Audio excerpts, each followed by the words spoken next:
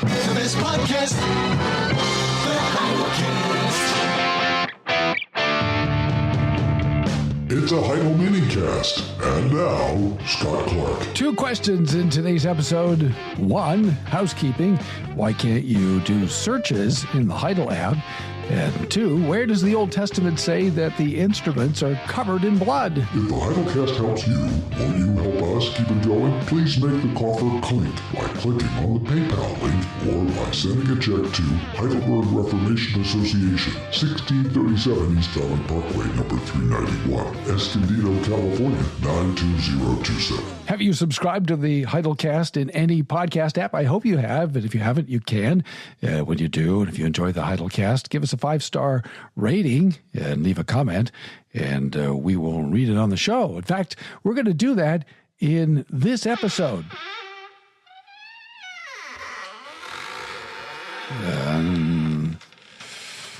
Blowing the format altogether. Let's just dive right into the mail here, having opened up the mail coffer. And this is from Garrett, who says, Dear HRA, that stands for Heidelberg Reformation Association. First of all, I love, capital letters, everything you guys have been doing for years in the Heidelblog, Heidelcast, and those things you've begun doing more recently. Small print items in the mail, Heidel app, and I'm a periodic donor. Well, thank you very much, Garrett. We appreciate that very much. And plan to continue being one for as far as I can see into the future. The resources you all produce are wonderful and have helped me grow in knowledge and mature in my faith and in understanding how the Word directs me to live out that faith in the church and in the world. I've also shared many articles and episodes with a variety of people. Well, we love that very much. That gets you another cowbell. Thank you for sharing. We like it when you share, and so people can get to know us and benefit from the work. Tiny piece of unsolicited feedback. I really wish the app had a search function within the app itself rather than only having the scroll/browse option. I even see a nice bit of open real estate in the top right corner that's just begging for a little round search glass. Well, that you're right about that. If the app does have a search function and I've missed it somehow, please let me know. I have no idea what goes into making an app. And he goes on. I'm answering Garrett, even though I already answered him directly. I'm answering it here on the podcast because I wanted to explain why we don't have one. We tried, and we actually, in the earlier drafts, it was in there, but we couldn't make it work successfully with WordPress. And the platform that we use to make the app says it's WordPress's fault. And I don't know if the WordPress people ever got back to us and said, no, it's the platform's fault, but they don't communicate well. And so we weren't able to make that work. And were we to try to make that work, it would have cost us as much as it cost us to build the app in the first place. It would have doubled our expense. And so as president of this organization, I decided that wasn't the best use of our resources. So we just didn't go that way. So what you can do if you want to do a search, and by the way, also this is true for copying and pasting. If you want to highlight text, copy it and send it to someone, share it with someone, you can do that in the mobile version of our website. So if you just go to heidelblog.net on your phone, we have a mobile site, but which is one reason why we didn't use or develop an app for a long time, because we have a fully functional mobile site. But people wanted an app. We asked, and you, the Heidel user, said, I want an app. So that's what we did. But it lacks a couple of functions, even though it's very elegant. And I think it looks very nice. And it does work very well for helping you to consume Heidel content. So that is why we did what we did. This is the Heidelcast. The best podcast, the Heidelcast. All right. We've got another one here. Let's read some emails, shall we? Okay, Craig, we'll do that. This is from David, who asks, Doctor, for the use of musical instruments in worship, period, which is a sentence fragment. Okay, right. I understand what you're saying, David.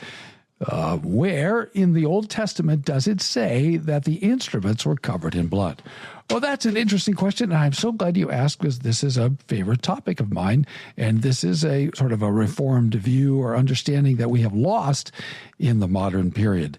Not many people are aware that we used to teach this regularly. We used to interpret 2 Chronicles 29 this way and draw inferences. So, of course, if you do a search in your electronic Bible app, I use Olive Tree. That's my sort of go-to basic Bible app, but you can get a free ESV app, and you might be able to get some other app, or maybe the individual translations have their own apps. I don't know.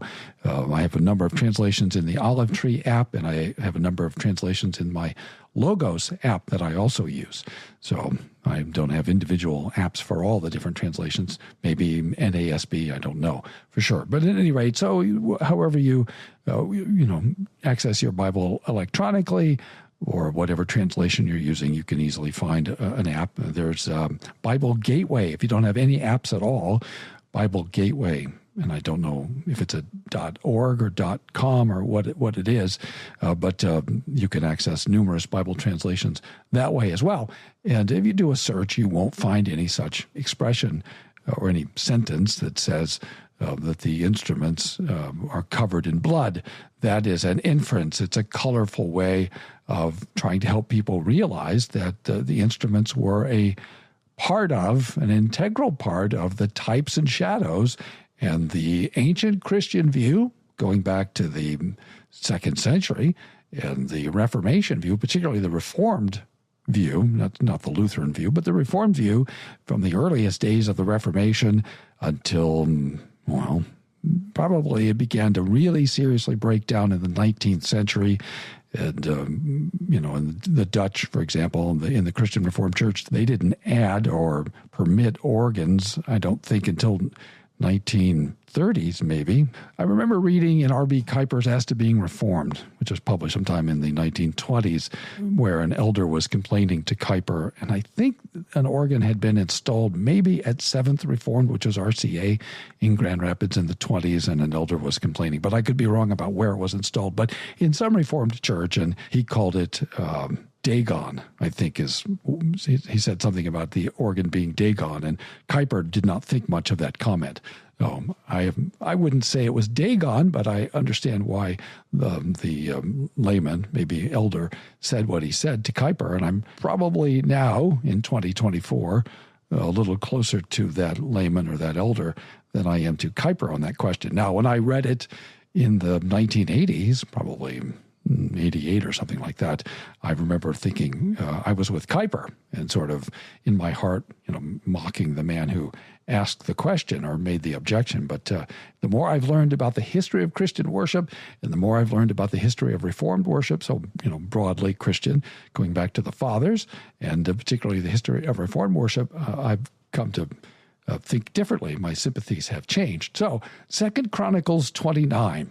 I won't read all of it, but I'll kind of walk through it with you and give you a sense of how we used to read this. So let's look at 2 Chronicles 29, and I'll read a little bit at the beginning and then summarize and comment a little bit, and then we'll pick up the reading in detail starting in verse 20. But 2 Chronicles 29:29, Hezekiah began to reign when he was 25 years old, and he reigned 29 years in Jerusalem. This is from the English Standard Version, by the way. His mother's name was, and I think it's usually pronounced Abijah, is what I've heard, but I think probably better Abijah, and sometimes Abi, the daughter of Zechariah, and he did what was right in the eyes of the Lord. And you'll notice the small caps there, so that stands for Yahweh, according to all that David, his father, had done.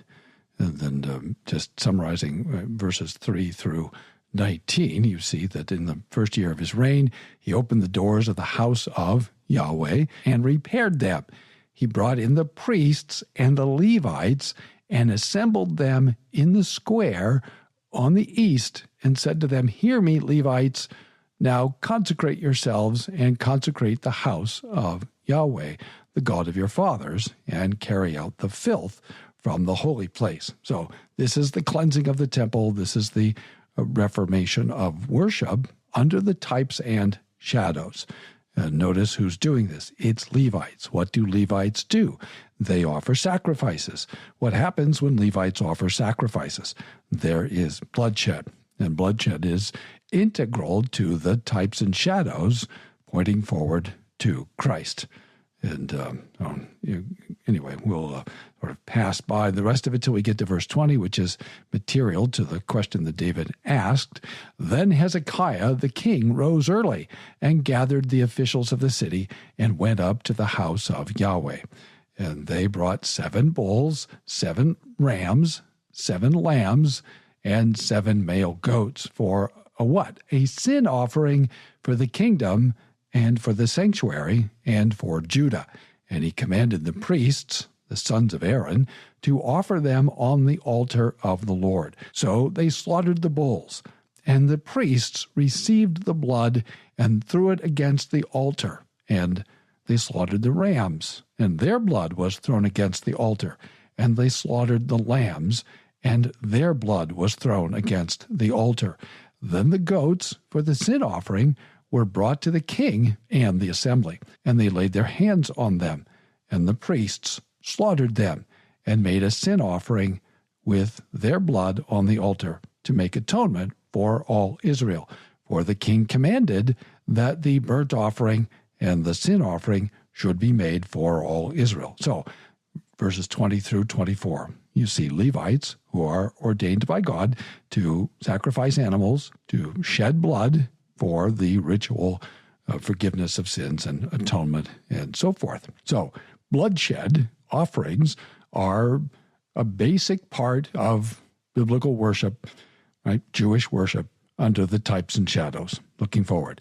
And who's doing it? It's Levites, right? That's important. And maybe we don't think about that. And then look at verse 25. And he stationed the Levites again, the priestly class, set aside by God, ordained to do this very thing in the house of Yahweh with what? Cymbals, harps, and lyres, according to the commandment of David and of Gad, the king's seer, and of Nathan, the prophet. Now listen to this. For the commandment was from the Lord, from Yahweh, through his prophets. So this is divinely ordained, divinely sanctioned use of musical instruments in the worship of God by whom? The priests. Who did what? Who sacrificed animals, who threw blood of animals against the altar. And so when I say that the musical instruments of the types and shadows are covered with the blood of bulls and goats, obviously that's a little hyperbole, and it's a metaphor, it's a figure of speech. They're not literally covered with blood, but my point is to try to help you, the listener, and the reader, understand that the same class of people who sacrificed animals by divine ordination were also playing musical instruments in the worship of God by divine ordination. And we don't offer animals anymore in our worship, not in a genuine Christian worship service. Any ostensible Christian worship service that offered animal sacrifices would be grossly out of touch with the teaching of Scripture. And that would be an abomination. And it would be an abomination because the book of Hebrews tells us that all those sacrifices are finished. Well, we don't have any more Levites. Right? Those priests died, and they had to make offering for their own sins. And that priesthood has been superseded by the Melchizedekian priesthood. And that's what chapter 7 says, 11 through 14. The law changed, says Hebrews, because the priesthood changed. And the whole law, the whole system, the whole Mosaic system, he's saying, rested upon the priesthood. And when the priesthood changed, the law changed. Or in other words, we're not under the Mosaic system anymore. The old covenant system, again, if you pay attention to Hebrews 7, 8, 9, and 10, and if you pay attention to 2 Corinthians 3, the old covenant, Palaios Diatheke, is consistently equated with Moses. So that's why Hebrews says that it all rested on the priesthood. And the priesthood has changed, and we have a priesthood that can never die, an eternal, unchangeable priesthood in Jesus Christ. Now, that's why we don't make any bloody offerings anymore, because all those things have been fulfilled.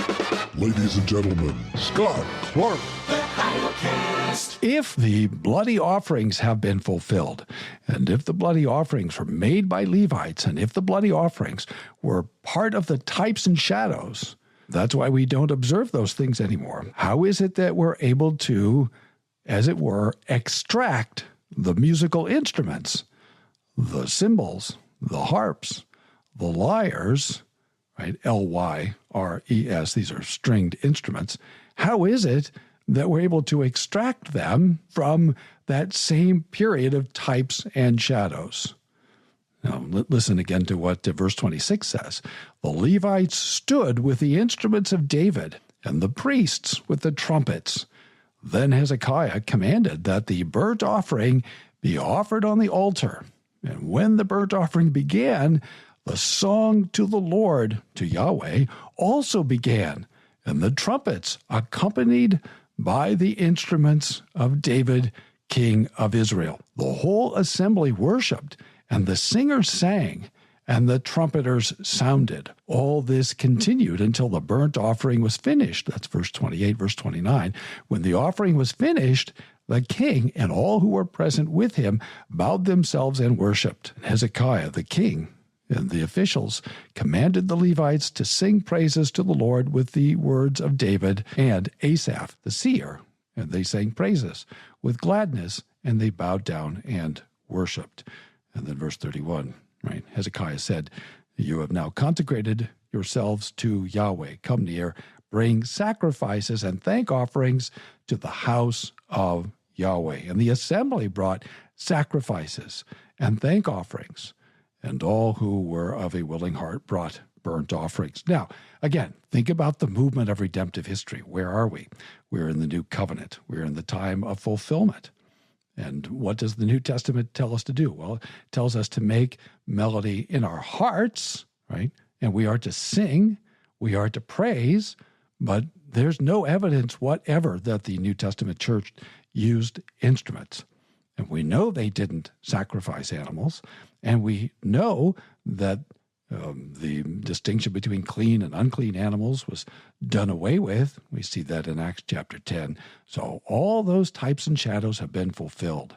And so the ancient church concluded that those animals, right, and the instruments that were connected with them were all part of a package of typological illustrations, foreshadowings of the coming reality of Jesus Christ and the new covenant. And so when the reformers had a chance to cleanse the church, one of the first things they did was to get rid of the musical instruments, typically an organ. And not all the churches had organs, but by the early to mid-16th century, a number of them had come to have organs, and they were removed. In the 17th century, the Westminster Divines had the organ taken out of St. Paul's and burned in the streets of London, and they referred to it, or one of the divines in a letter referred to it as trinkets.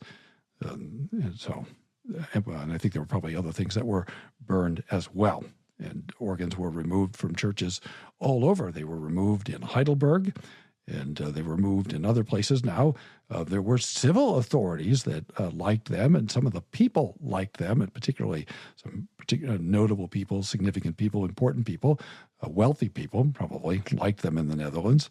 And so there was a struggle in the 16th and 17th centuries between the ministers who tended to want to get rid of the organs and important laity and civil officials. And remember, these are state churches, and so the civil officials had something to say about what happened in the church and how things were done. And so there was a struggle. And eventually the churches or the ministers lost that fight, and the people, in a sense, won. And the people simply didn't care that the organs, musical instruments, were part of the types and shadows. They liked them. And so this is the challenge. And today, of course, everyone has musical instruments in the church. And so when I tell you that the ancient church didn't have them, and that the early Reformed churches for most of 200 years didn't have them in most places, it seems sort of crazy or implausible or unlikely, but it's a fact.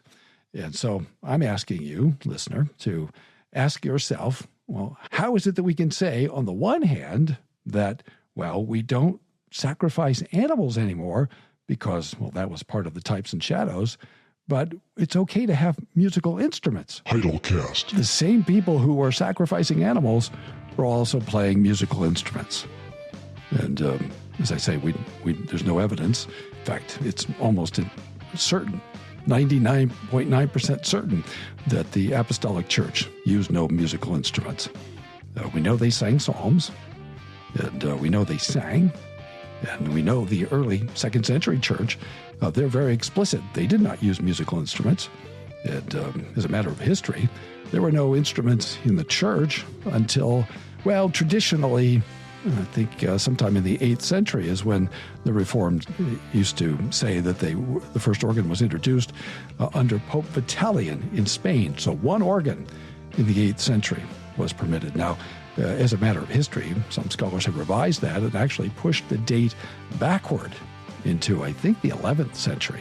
So organs were, and musical instruments generally, were not used hardly at all in Christian worship for 1,000 years.